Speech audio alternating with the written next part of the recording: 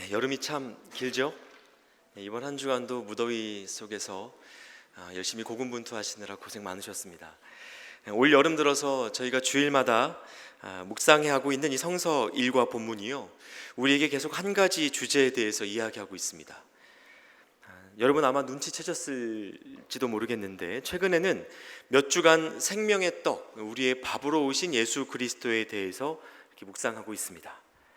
이것은 계속해서 하나님 나라와 작은 씨앗 하나의 가치에 대해서 우리에게 이야기하고 있는 겁니다. 2달 전쯤에는요, 귀신 들린 한 사람을 고치기 위해서 풍랑을 뚫고 들어가신 예수님을 만나보았고요, 그분이 12년째 혈루증 걸린 한 여인과 또 12살의 나이로 죽은 회당장 야이로의 딸을 살려내시는 것을 우리가 함께 본 적이 있습니다. 시대가 멀리하고 문화가 금지했던 이 작은 겨자씨와 같은 사람들이었습니다. 그 이후에도 최근 성서 일과가 우리를 비슷한 주제로 이끌어왔죠. 어린아이의 오병이어로부터 시작된 예수님의 식탁이 10,000명이 넘는 사람들을 먹이는 것을 함께 보았습니다. 또 지난 전도대에서도 지극히 작은 자 하나에게 한 일이 곧 하나님께 한 것이라는 신비로운 이야기를 함께 나누고 묵상했습니다. 사람의 눈에 보기에 지극히 작은 이 씨앗 하나의 위력이랄까요? 이 말씀들 안에서 하나님은 꺼져가는 등불도 끄지 않고 다시 살리시는 그런 하나님이셨습니다. 무너질 것 같은 현실 속으로 스며드는 세미한 빛 한 줄기의 위력이, 그 능력이 얼마나 대단한지 하나님은 계속해서 우리에게 말씀하기 원하셨습니다. 오늘 그 구약 본문 속에 등장하는 선지자 엘리야도 이러한 기적을 몸소 체험했던 인물 중 하나였습니다. 구약 성경에서 하나님이 차려주시는 특별한 밥상을 먹은 사람을 꼽자면 엘리야를 빼놓을 수가 없는데요, 그래서 오늘은 성경 속의 가장 위대한 선지자라고 일컬어지는 엘리야 이야기를 제가 좀 들려드리려고 합니다. 먼저 엘리야가 활동하던 시절의 배경과 그가 겪었던 큰 싸움 하나를 소개해 드려야 될 것 같습니다. 먼저 등장인물입니다. 엘리야가 활동하던 당시에 이스라엘 왕이 있었습니다. 그 이름은 아합입니다. 이 아합이라는 사람이요, 얼마나 나쁜 짓을 많이 했냐면요, 당시에 이스라엘이 솔로몬 이후에 남과 북으로 나뉘어져 있었거든요. 북이스라엘과 남유다라는 이름으로 각각의 정권을 이어나가고 있었는데, 북이스라엘의 초대 왕이 여로보암이라는 사람이었습니다. 여로보암이란 사람인데요, 이 왕이 금송아지를 만들고 이방신 신전을 만들어서 악한 길에서 떠나지 않은 왕으로 유명했습니다. 그런데 이 초대 왕 이후에 이 아합이라는 사람이 여로보암보다 더 심한 사람으로 성경에 기록되어 있습니다. 이스라엘이 원래 하나님을 섬기는 나라이고 또 그런 백성이다 보니까 하나님을 섬기고 또 여호와의 뜻에 따라 살아가는 문화를 갖고 있었던 민족이었음에도 불구하고 아합 왕은 그 모든 것들을 이방신을 섬기는 문화로 뒤바꾸어 버리려고 애썼던 그런 악한 왕으로 성경이 이야기합니다. 열왕기상 16장 30절부터 33절까지의 말씀을 보면요, 조금 더 구체적으로 알 수 있습니다. 이 말씀을 한번 보겠습니다. 오므리의 아들 아합이 그의 이전의 모든 사람보다 여호와 보시기에 악을 더욱 행하여 느밧의 아들 여로보암의 죄를 따라 행하는 것을 오히려 가볍게 여기며 시돈 사람의 왕 엣바알의 딸 이세벨을 아내로 삼고 가서 바알을 섬겨 예배하고 사마리아에 건축한 바알의 신전 안에 바알을 위하여 제단을 쌓으며 또 아세라 상을 만들었으니 그는 그 이전에 이스라엘의 모든 왕보다 심히 이스라엘의 하나님 여호와를 노하시게 하였더라. 네, 성경에 이렇게 기록된 사람들이 많지는 않습니다. 그런데 대놓고 하나님을 화나게 한 인물이었다고 성경이 말하고 있습니다. 이 사람 이름이 뭐라고요? 아합입니다. 방금 읽었던 말씀 속에 이 사람의 아내도 소개가 되고 있었습니다. 결혼을 누구랑 했냐면 엣바알의 딸 이세벨이라는 여인이랑 했습니다. 엣바알은요, 바알의 사람, 바알과 동행하는 자라는 뜻을 갖고 있습니다. 그러니까 그 아비의 이름이 애초부터 이방신을 섬기는 사람의 이름을 갖고 있었죠. 그런 사람의 딸인 이세벨과 결혼을 했는데요, 아합보다 이 아내인 이세벨이 더 무서운 여자였습니다. 하나님 믿는 선지자들을 싹 다 잡아서 죽이려고 했던 인물이었어요. 그래서 당시에 엘리야 외에는 다른 선지자들이 이스라엘에 거의 남아있지 않을 정도에까지 이르렀습니다. 네, 정말 대단한 열심히 있는 부부였습니다. 또 방금 읽은 말씀에서 바알과 아세라, 이스라엘의 대표적인 우상신의 이름인데요, 바알은 하늘의 신이자 풍요의 신입니다. 그리고 아세라는 땅의 신이자 다산의 신입니다. 또 바알과 아세라가 각각 남신 그리고 여신이었어서 이 둘을 섬기는 신전에서는 풍요를 기원하는 음행이 그치지를 않았습니다. 그러니까 이 아합 왕이 통치하던 시절에 이스라엘 백성들이 하나님을 떠나고 그 이방 신들을 섬기는 문화를 접하게 됐다는 겁니다. 이러한 문화가 북이스라엘의 종교적인 기초가 된 겁니다. 점차적으로 이 백성들이 하나님을 잊어가게 되었습니다. 하나님의 선지자들은 핍박을 받았고 이스라엘에서 이제 풍요와 다산을 기원하면서 바알을 섬기는 사람들은 인정받는 시대를 맞이했습니다. 반면에 하나님을 섬기는 사람들은 본격적으로 손해를 보는 시대가 열린 것이었습니다. 여러분, 꼭 지금 시대 같지 않습니까? 풍요와 다산을 기원하는 사람들은 인정받는 시대, 하나님을 섬기고 희생하고 사랑하려는 사람들은 손해보는 시대, 이게 이때 당시 이스라엘이었다는 겁니다. 그래서 바로 이 시대를 향하여 하나님의 마음을 대변하고 하나님의 말씀을 선포하는 그런 선지자가 필요했습니다. 그때 세워진 사람이 바로 엘리야인 겁니다. 가장 악한 왕의 시대에 하나님의 말씀을 전한다는 것만으로도 그 엘리야가 지어야 했을 사역의 무게가 느껴지지 않으십니까? 엘리야가 첫 등장해서 전했던 말이 바로 이거였습니다. 열왕기상 17장 1절인데요, 엘리야가 아합 왕에게 가서 이렇게 이야기합니다. 같이 한번 보겠습니다. 디셉 사람 엘리야가 아합에게 말하되 내가 섬기는 이스라엘의 하나님 여호와께서 살아계심을 두고 맹세하노니 내 말이 없으면 수년 동안 비도 이슬도 있지 아니하리라 하니라. 네, 이렇게 이야기했습니다. 이것이 바로 아합과 엘리야가 처음 만난 때의 그 상황적인 배경, 시대적인 분위기였습니다. 긴 가뭄이 있었다는 거예요.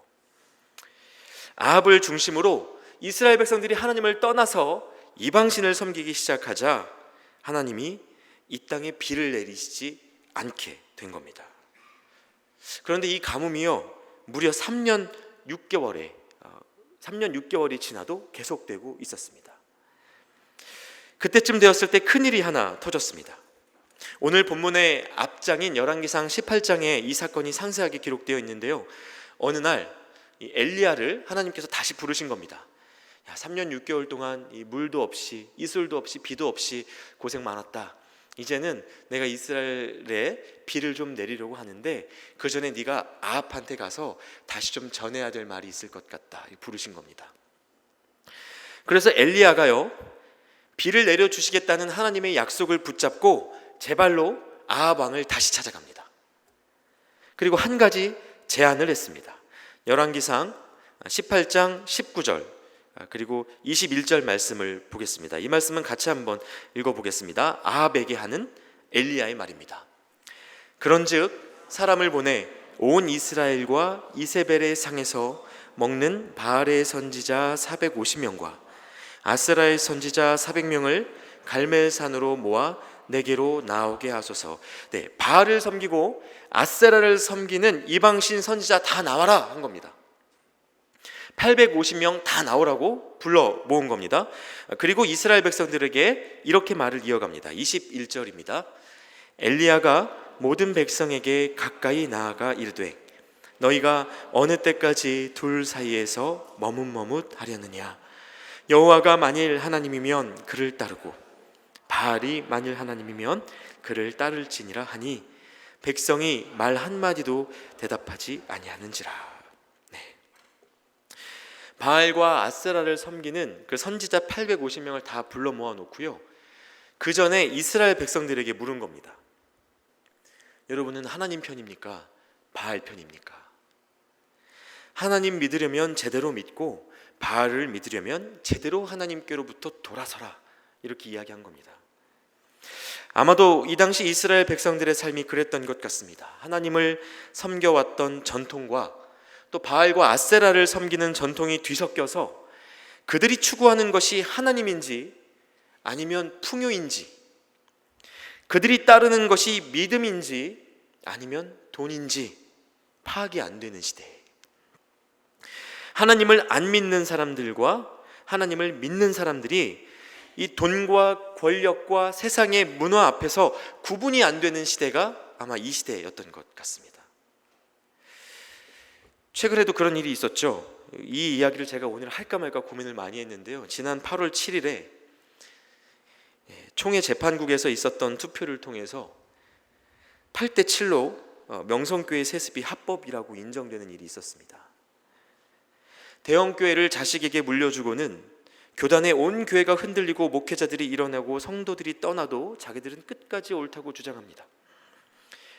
그분 아들 아니면 교회가 운영이 안 된다고 하는데, 그러면 이미 교회가 아닌 겁니다. 헤롯의 식탁을 추구하는 세상, 예수님의 식탁을 뒤로 하는 세상, 믿음을 따르는 것인지 돈을 따르는 것인지 하나님을 믿는 것인지 풍요를 믿는 것인지 구분되지 않는 시대, 지금과 마찬가지로 이 엘리야 선지자가 활동하던 이스라엘의 시대도 그러했다는 겁니다. 여러분, 진짜 하나님이 누구시냐고 묻는 이 엘리야의 질문을 우리와 상관없는 질문으로 비껴보내지 마시고요, 우리도 청년의 때에 더 세월이 흐르기 전에 분명하게 하나님 앞에서 결정하실 수 있길 바랍니다. 이건 한 번의 선택으로 끝낼 일도 아닙니다. 매 순간 지금 나의 선택이 하나님의 뜻을 이루기 위함인지 아니면 나 자신의 풍요를 위함인지 스스로에게 물으실 수 있어야 합니다. 헤롯의 식탁을 펼치며 살아갈지 예수님의 식탁을 전하며 살아갈지 물었던 것과 같은 도전입니다.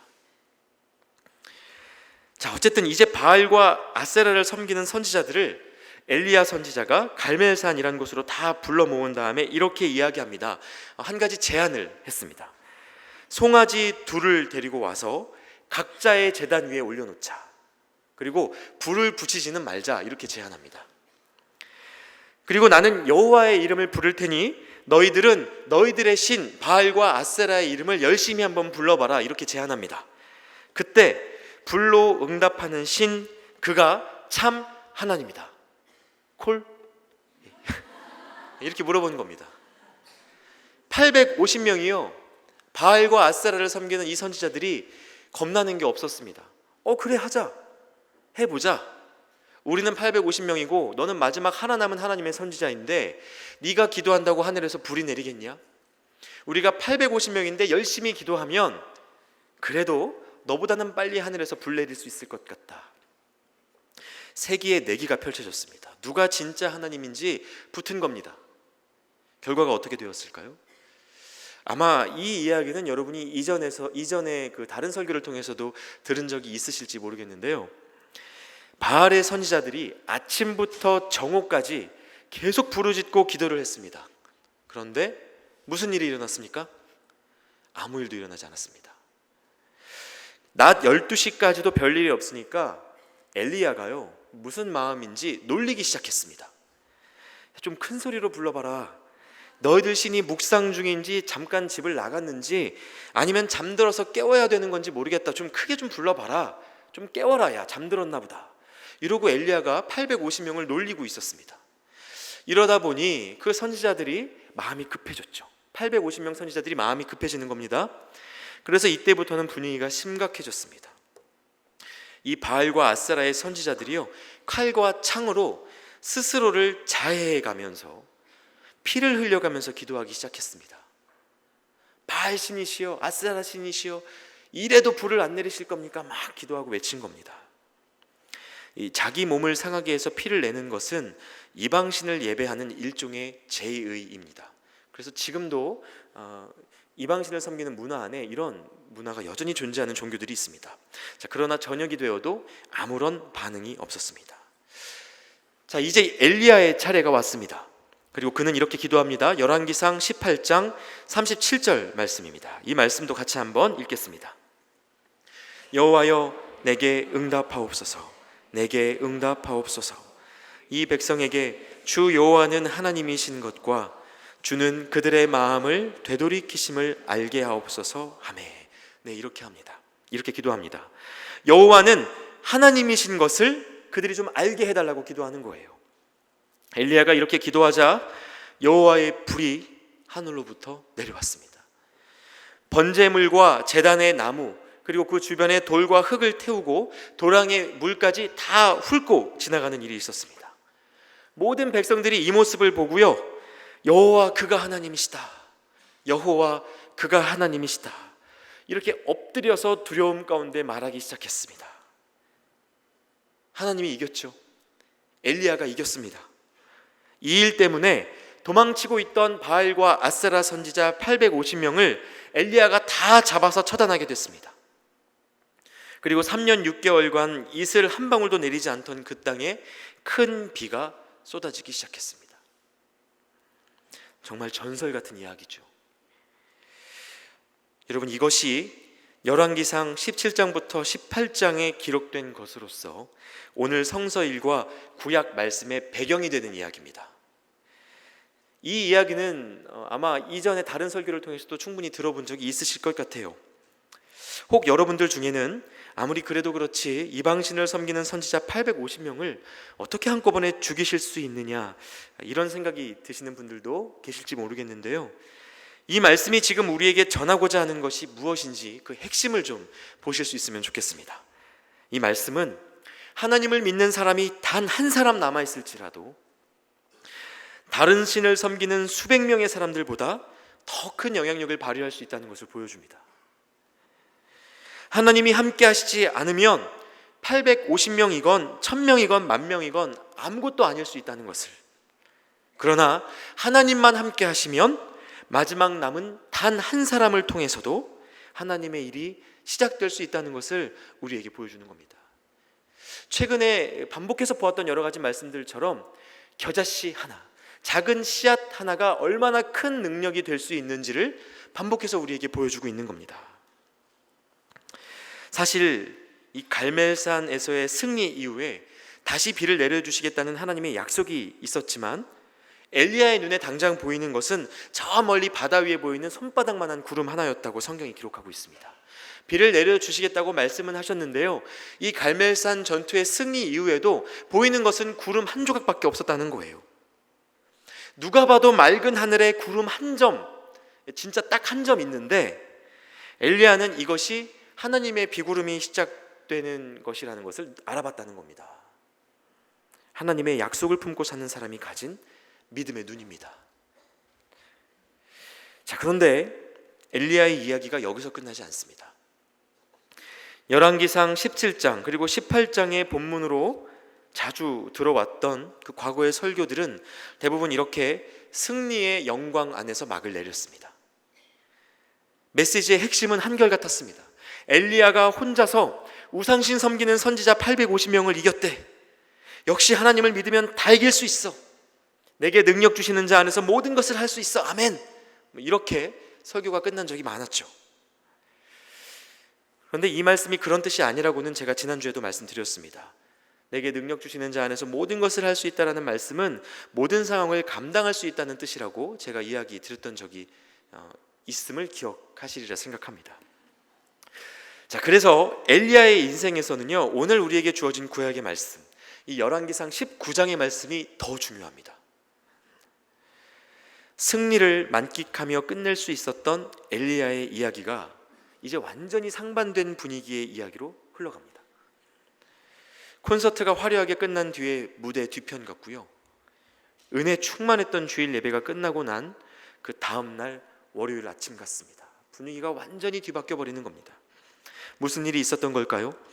오늘 말씀 19장에서는 갈멜산에서의 패배 이후 집으로 돌아간 아합 왕이 자기 아내인 왕비, 그 무서운 여인 이세벨에게 이 일을 다 이야기하는 데서부터 시작했습니다. 이세벨이 이 스토리를 듣고 기분이 어땠을까요? 아주 안 좋았겠죠. 기분이 나빴습니다. 완전 열이 받았습니다. 그래서 굳이 사신을 한 명 보내서 엘리야에게 말을 전합니다. 내일 이맘때에는 내가 너도 죽여버릴 거야. 이렇게 이세벨이 사신을 보내서 엘리야에게 이 말을 전합니다. 화가 날 대로 난 거죠. 그런데 여러분, 이상하지 않으세요? 이세벨이 지금 이 상황을 제대로 파악하고 있는 것 맞습니까? 누가 진짜 하나님인지 겨루어서 1대 850으로 붙어서 지금 엘리야가 이겼습니다. 하나님이 이기셨고요, 누가 참 하나님인지 온 이스라엘의 백성들이 다 보고 두려워하기 시작했습니다. 그런데 이 아합은, 그리고 그의 아내인 이세벨은 반응이 다릅니다. 이 이야기를 듣고도 회심하거나 하나님께로 돌이키지 않습니다. 오히려 내가 너 가만히 안 두겠다고 협박을 하고 있습니다. 대단하죠. 엘리야 입장에서 보면요, 그 놀라운 기적을 경험하고도 자기를 향한 위험, 그 위협이 더 강해진 겁니다. 엘리야는 그럼 이에 대해서 어떻게 반응했을까요? 엘리야의 태도가 사실 더 별로입니다. 열왕기상 19장 3절 4절까지의 말씀을 같이 한번 보겠습니다. 같이 읽겠습니다. 그가 이 형편을 보고 일어나 자기의 생명을 위해 도망하여 유다에 속한 브엘세바에 이르러 자기의 사환을 그곳에 머물게 하고 자기 자신은 광야로 들어가 하룻길쯤 가서 한 로뎀나무 아래에 앉아서 자기가 죽기를 원하여 이르되 여호와여 넉넉하오니 지금 내 생명을 거두시옵소서. 나는 내 조상들보다 낫지 못하니이다 하고. 850명을 상대로 승리를 거두고 난 다음에 이세벨이 죽인다고 하니까 엘리야가 바로 겁먹고 도망쳤습니다. 지금 도망친 지역이 어디라고 기록되어 있었습니까? 브엘세바라는 곳으로 기록되어 있어요.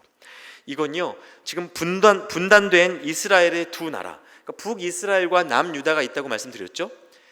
이 엘리야는 북이스라엘에서 활동하던 선지자였습니다. 그런데 지금 이 엘리야가 도망쳐 있는 브엘세바는 남유다의 제일 남쪽에 있는 도시입니다. 그러니까 국경 넘어서 갈 수 있는 땅 끝까지 최대한 도망간 겁니다. 걸음아 날 살려라 하고 뒤도 안 돌아보고 도망간 거죠. 그리고 거기서 뭘 기도하고 있습니까? 여호와여 넉넉하오니 지금 내 생명을 거두시옵소서. 주님 충분합니다. 주님 됐고요. 이만하면 됐고요. 그냥 저 죽이세요. 절 차라리 죽여주세요. 이게 엘리야의 기도였어요. 엘리야가 승리자 맞습니까, 여러분? 사실 앞에서는 말씀드리지 않았지만 아합을 처음 대면한 이후에 엘리야가 줄곧 도망자의 삶을 살았습니다. 하나님을 섬기지 않은 대가로 이 이스라엘에 앞으로 몇 해 동안 가뭄이 들 것입니다라고 이 말을 호기롭게 던진 이후에 엘리야가 도망치며 살았는데요, 하나님이 이 엘리야가 잘 도망칠 수 있도록 도와주셨습니다. 나라의 동쪽 경계인, 하여튼 그때도 갈 수 있는 만큼 갑니다. 처음 도망갔을 때는요, 동쪽으로 갔는데요, 동쪽 그 국경인 요단강까지 도망갔습니다. 그 근처에 있는 시냇가, 그릿 시냇가라는 곳에 숨어 지냈고요, 하나님이 그 모습을 보시고 밥을 차려주셨어요.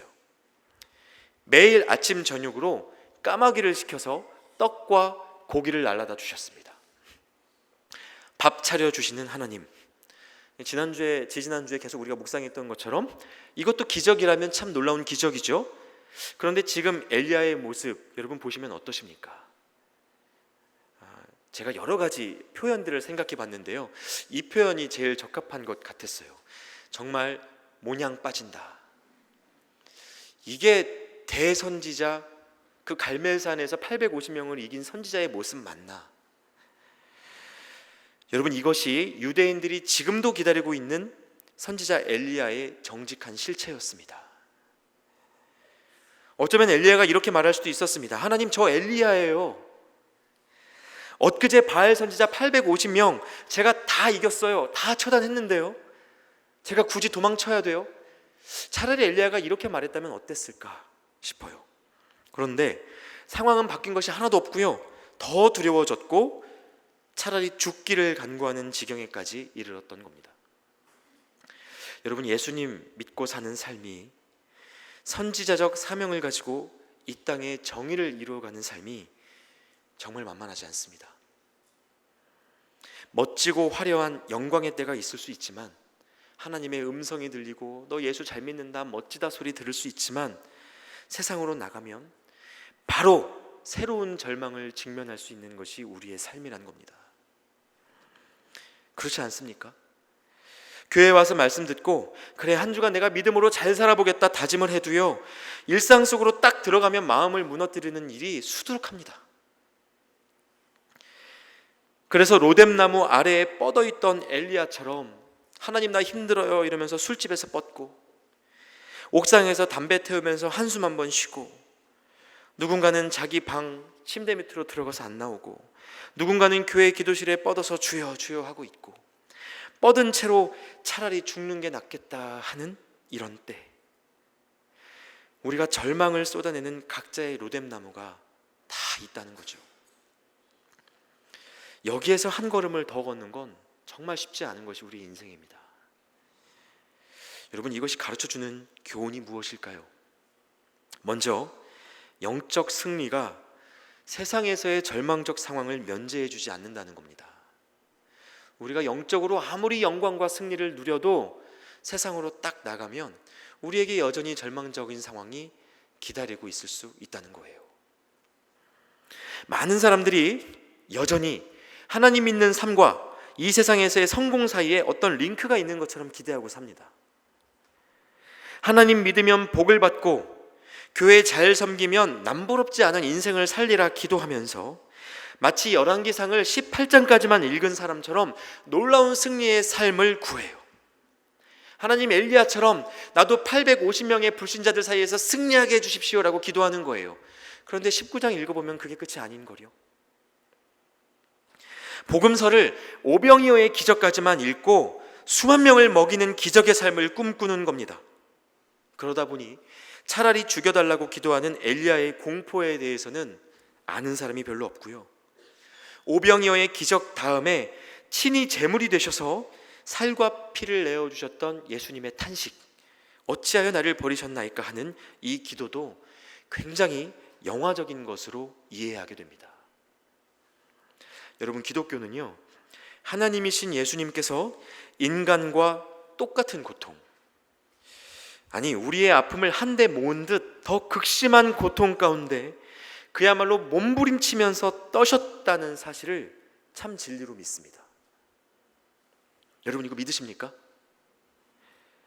영화에서처럼 그분이 십자가 지시고 걸으실 때 햇빛의 조명이 얼굴을 비추고 있었다거나, 채찍에 맞고 넘어지실 때 헐리우드 배우처럼 슬로우 모션으로 절제된 신음을 뱉으시면서 넘어지셔서 저 잘생긴 예수님이 넘어지신다 어떻게, 이런 종류의 동정심을 유발하신 적이 한 번도 없으십니다.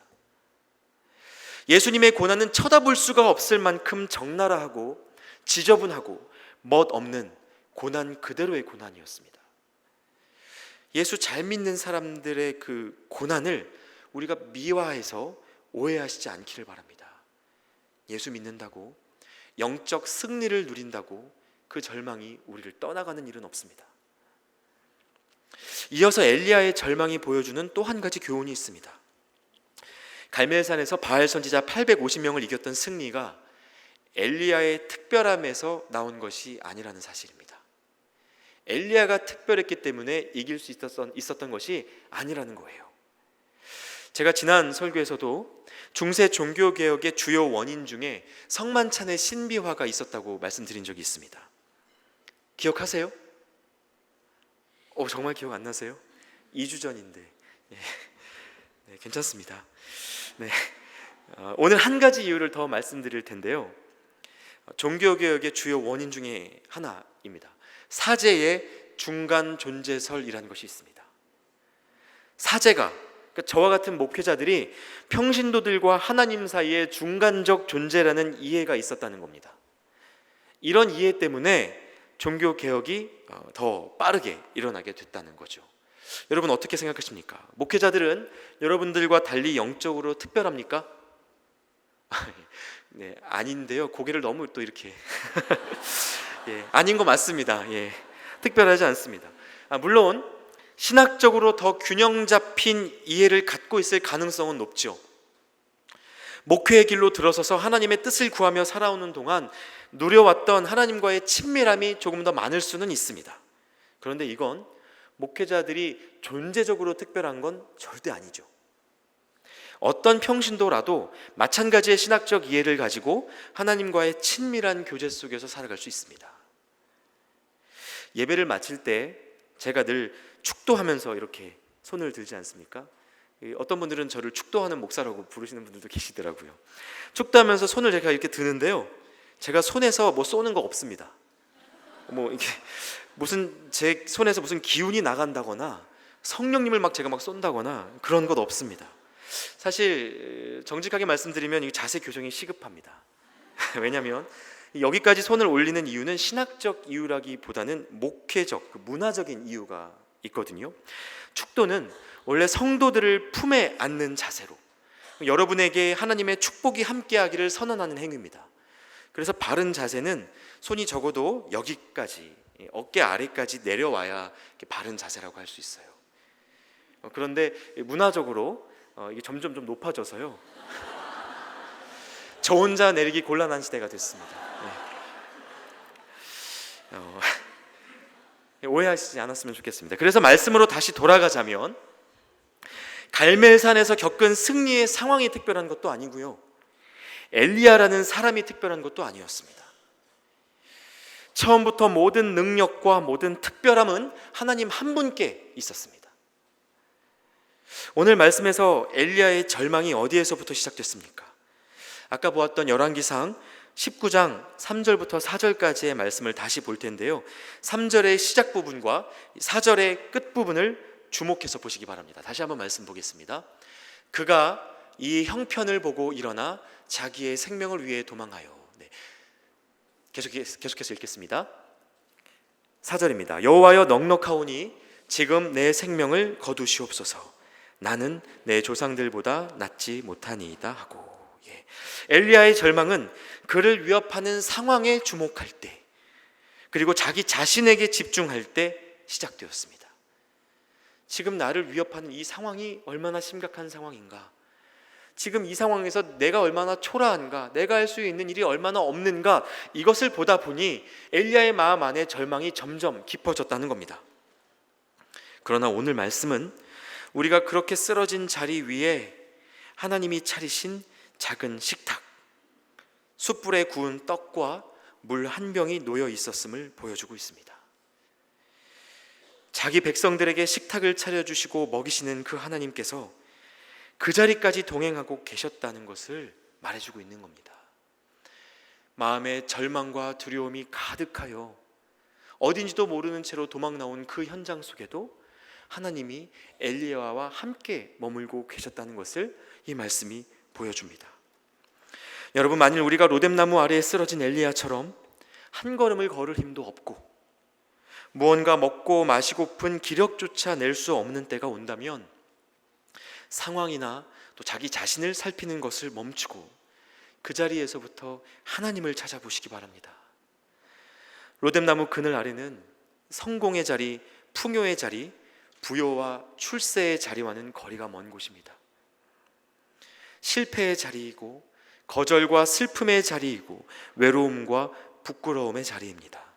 그러나 그곳이 하나님을 만날 수 있는 자리입니다. 물론 이런 절망적 상황에서 하나님이 차려주신 그 작은 식사 찾기 어렵습니다.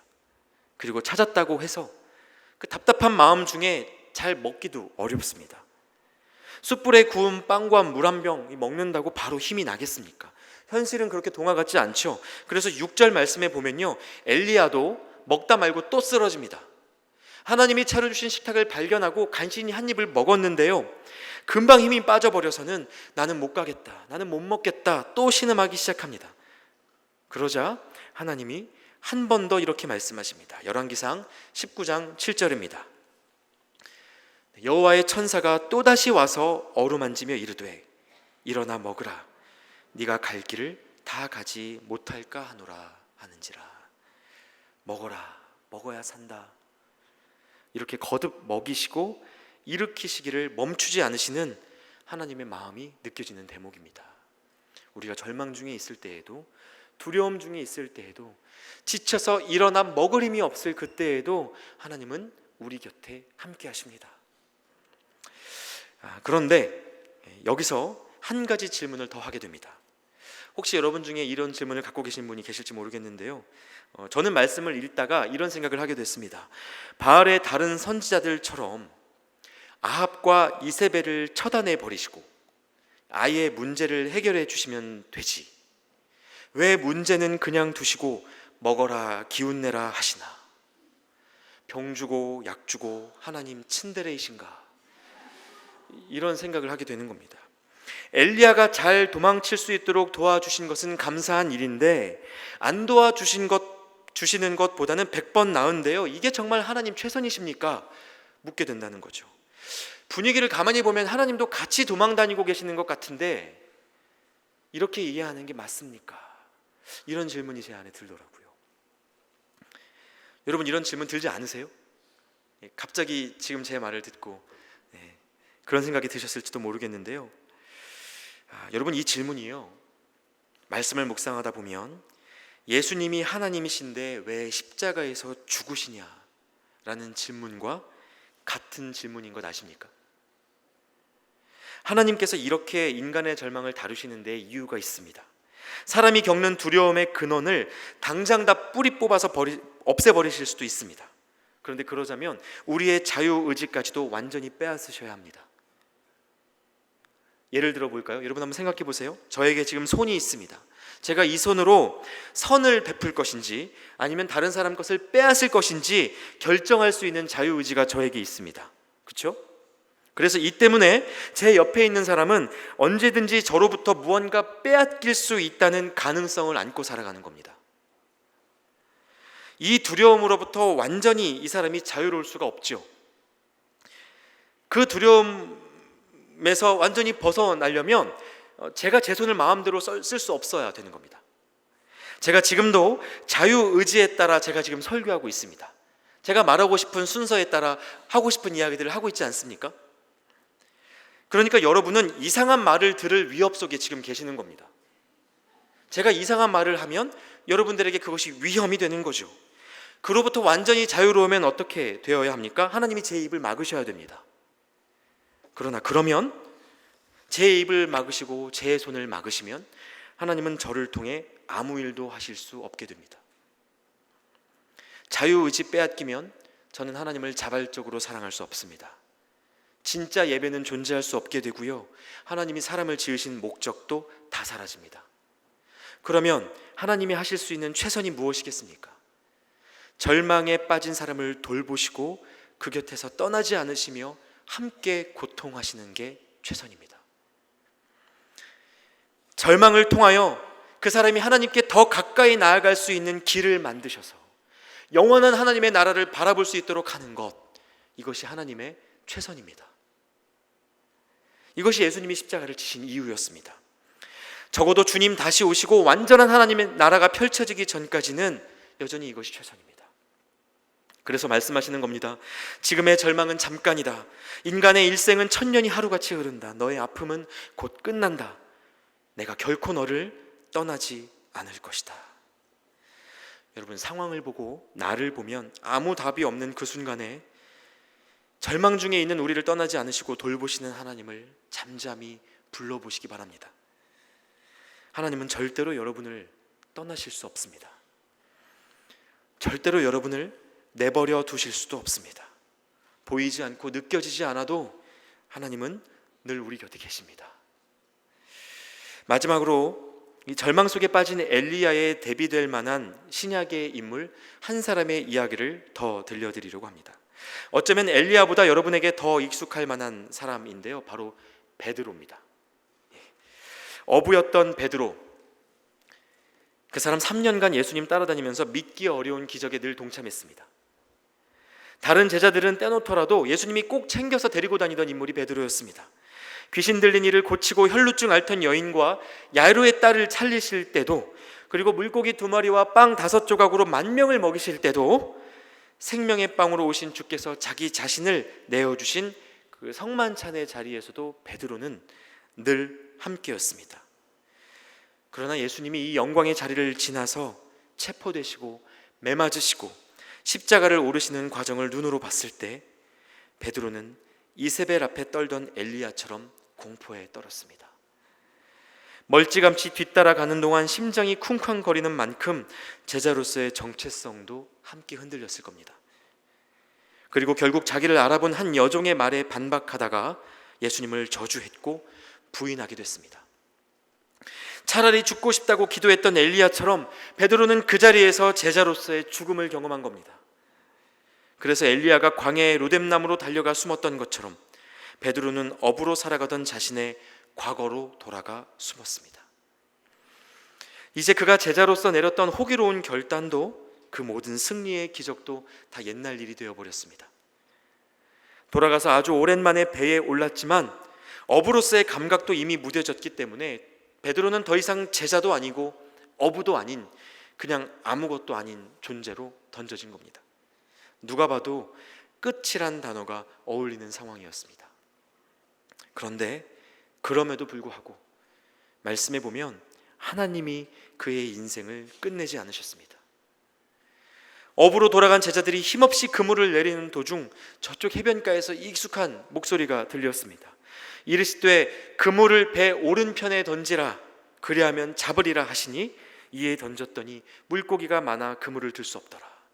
여러분, 이 말씀은요, 예수님이 베드로를 처음 만나실 때 똑같이 하셨던 말씀이었습니다. 예수님이 베드로를 처음 찾아오셨던 몇 년 전 그날처럼 부활하신 주님이 같은 모습으로 찾아오셨습니다. 그리고 뭐 하십니까? 말씀에 보면 숯불 위에 생선과 떡, 정확히는 생선과 빵을 구워서 아침밥을 차려주십니다. 마치 엘리야에게 구운 떡과 물 한 병 내미셨던 것처럼요. 그러면서 이렇게 말씀하십니다. 와서 아침 먹어라. 지금 여기에 차려져 있는 식단, 이 메뉴가요, 생선과 빵이었습니다. 예수님이 차려주셨던 수많은 식탁들의 상징이죠. 이 식탁을 받은 베드로는 아마 떠올렸을 겁니다. 생선 2마리와 빵 5조각으로 펼쳐졌던 오병이어의 기적, 이것이 내 살이요 피다 말씀하시면서 베풀어 주셨던 마지막 만찬의 자리, 다 생각났을 겁니다. 생명의 떡으로 오신 주님을 먹고 사는 삶에 내가 그렇게 헌신하리라 다짐했던 모든 순간들이 빠르게 스쳐 지나갔을 겁니다. 그러나 지금 자신의 모습은 어떻습니까? 베드로는 예수님을 배신했고 실패한 제자일 뿐이었습니다. 이전에도 예수님이 차려주신 식사를 그 기적의 승리감에 취해서 받아 먹은 적이 있었지만 지금은 도저히 편하게 삼킬 수 없는 상태입니다. 그러나 예수님은 베드로를 책망하러 오신 게 아니었죠.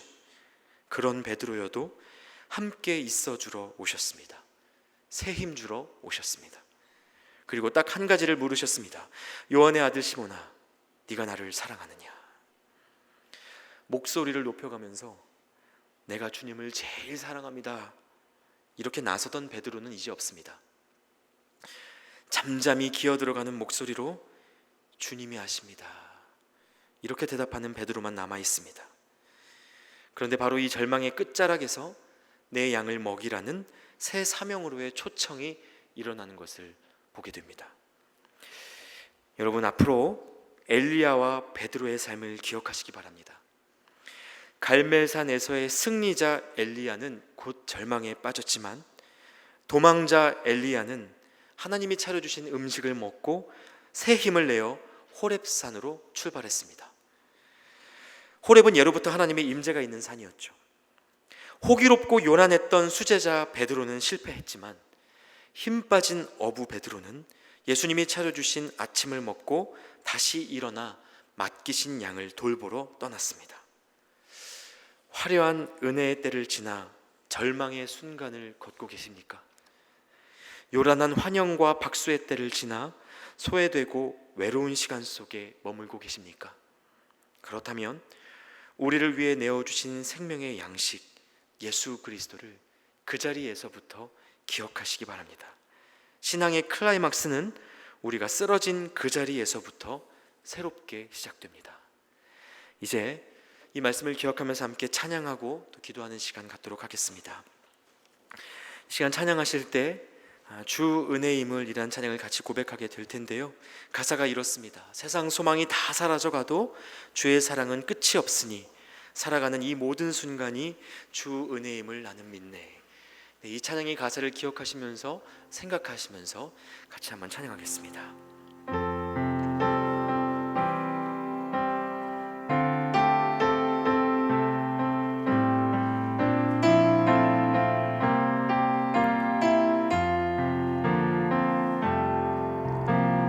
주 나의 모습 보네, 상한 나의 맘 보시네.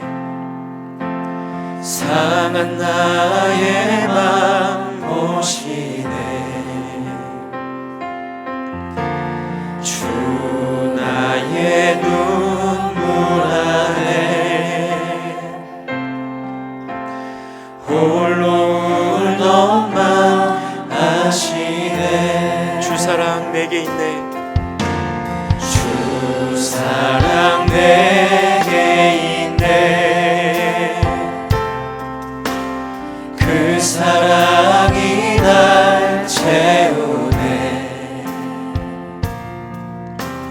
주는 내게 있네. 그대로 날 세우네. 세상 소망 사라져가도, 세상 소망 다 사라져가도 주의 사랑은 끝이 없으니 살아가는 이 모든 순간이 주 은혜임을 나는. 이 시간 우리 함께 잠깐 기도하도록 하겠습니다. 그리스도인으로서의 행복과 승리를 다 맛보기도 전에 찾아오는 인생의 허탈감과 두려움과 절망 속에 여전히 우리를 격려하시고 먹이시고 일으키시는 하나님의 손길이 있음을 바라볼 수 있도록 해달라고, 오히려 그 절망 속에서 새롭게 시작되는 사명을 발견하고 다시 힘을 내어 걸어가는 은혜를 간구하며 이 시간 함께 기도하겠습니다. 하나님 감사합니다. 하나님 절망 중에 하나님의 이름을 붙잡고 두려움 중에 하나님의 이름을 붙잡는 우리들을 불쌍히 여겨주시옵소서.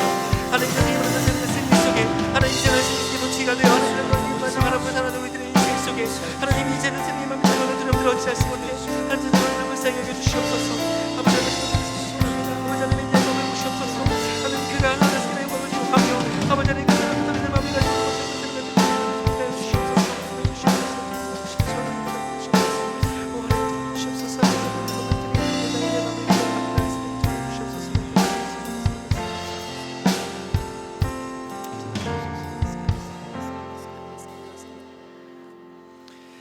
하나님 감사합니다. 오늘 주의 말씀을 들으며 절망과 두려움 속에서도 우리를 돌보시고 먹이시는 주의 손길을 기억하게 하시니 감사를 드립니다. 우리는 연약하여 삶의 상황을 바라보고 나 자신을 바라보느라 도망치고 쓰러지지만 그 가운데에서도 우리를 찾아오셔서 세임 주시고 일으키시는 하나님을 만나게 해 주십시오. 그리하여 주께서 차리신 생명의 밥을 먹고 하나님의 마음이 있는 곳으로 또 한 걸음 걸어 나갈 수 있도록 우리를 도와주시옵소서. 끝에서 새 시작을 보이시고 죽음 중에 부활을 이루시는 우리 주 예수님의 이름으로 기도하옵나이다.